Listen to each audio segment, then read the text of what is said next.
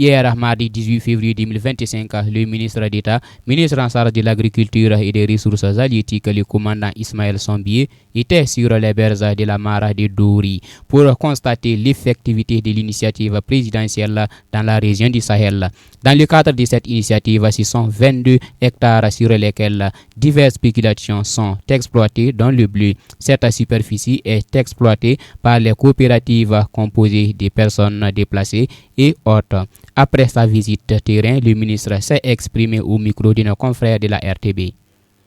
Nous leur avons témoigné notre satisfaction, nous leur avons également exprimé en tout cas l'engagement des plus hautes autorités, notamment son Excellence le Président du Faso, à faire en sorte que les mesures soient prises pour aménager les sites qui doivent l'être, et également apporter les moyens de production nécessaires pour faire en sorte d'accroître la production au niveau local, ralentir le rythme de ravitaillement de la région à partir d'autres régions du Burkina Faso. Également du volet de la production halieutique, nous nous sommes rendus compte des potentialités qu'il y a, notamment au niveau de la mare de Douri, mais également à travers le barrage de Yakuta qui est à quelques kilomètres d'ici. Nous nous engageons dans les semaines à venir à installer sur place des cages flottantes dans le cadre de la production de poissons tilapia pour faire en sorte que la région de manière globale puisse être autonome et pouvoir consommer le poisson produit localement. L'exemple du champ dans lequel nous sommes, qui est un champ communautaire aménagé non seulement par des populations hautes mais également par des PDI et exploité bien sûr par elles, et les revenus seront pour l'ensemble de ces populations. C'est donc un modèle de résilience, un modèle également d'adaptation qu'il faut encourager et un modèle de solidarité qu'il faut promouvoir sur toute l'étendue de notre territoire.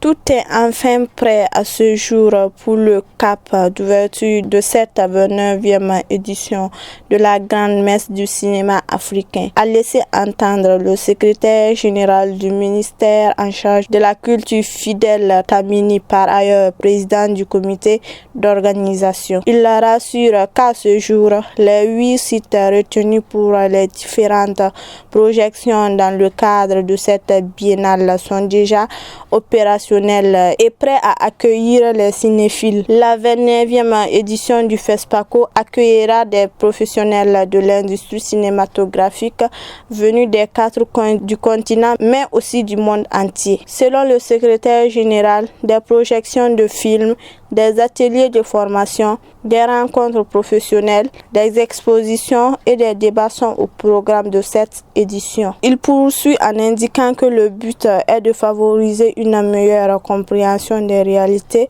à travers l'objectif des caméras africaines et de mettre en lumière la créativité et l'originalité des productions. Pour les 8 sites choisis, il s'agit du cinéma Burkina, du cinéma Nerwaya, du canal Olympia Waga 2000, du canal Olympia Pissi, du siège du FESPACO, du Sénasa, de la mairie centrale et de la salle de l'ex-conseil économique et social. Notons également que de grands espaces ont été aménagés sur le site du FESPACO pour accueillir les différents festivaliers. Fidèle Tamini a invité les uns et les autres au strict respect des consignes sécuritaires et sanitaires édictées. Pour des questions de sécurité, chacun doit avoir ses documents sur lui, fait-il comprendre. Pour cette édition, plus de 20 000 festivaliers sont attendus. Faire du cinéma un outil de transformation sociale et d'inclusion pour les jeunes générations est ce qui a prévalu à l'initiative de FESPACO Kid,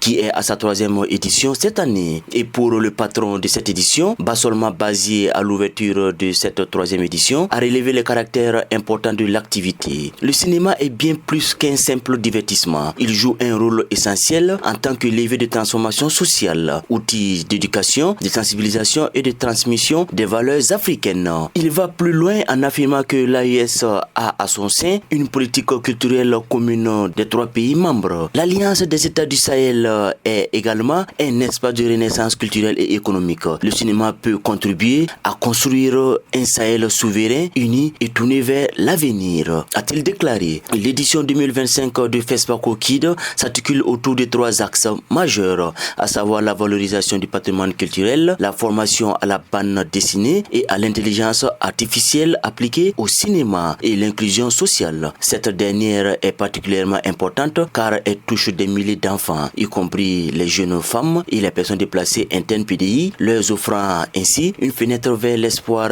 et l'épanouissement. Isaka Sawadogo, promoteur de FESPACO Kid, a exprimé sa fierté de voir cet événement grandir et a souligné l'importance de faire du cinéma. Le FESPACO est le plus grand rendez-vous du cinéma africain. Aujourd'hui, avec FESPACO Kid, nous ouvrons une nouvelle porte, celle de l'inclusion, a-t-il déclaré avant de souligner les avantages d'être un cinéaste car on sera instruit. FESPACO Kid va s'étaler sur 12 jours, du 18 février au 1er mars 2025.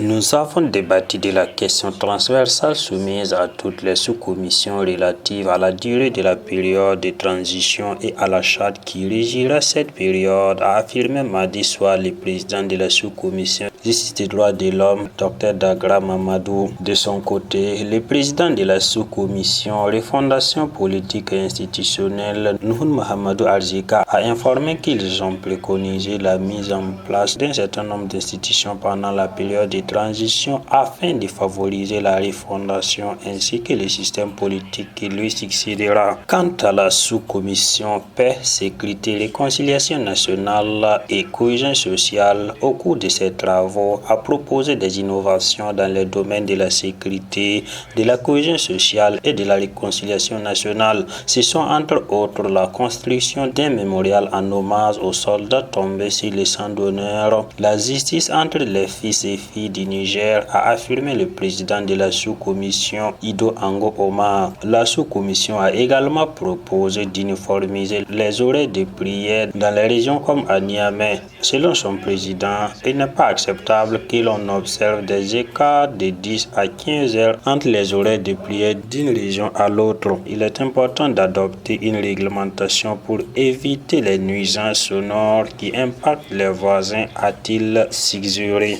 La 19e journée débute cet après-midi dans la cité du Paysanois. En effet, les deux équipes de la ville de Banfora s'affrontent dans un choc de titans. L'Union sportive de la Komoué, actuel dernier du classement, reçoit le Sporting Club de Banfora au stade municipal de la dite ville sur le coup de 15h30. L'USFA, actuel 3e, croise le fer avec le classé 8e, le Majestic Club de Sapone, ce vendredi 21 février au stade municipal et Issoufou Joseph Konombo à partir de 15h30.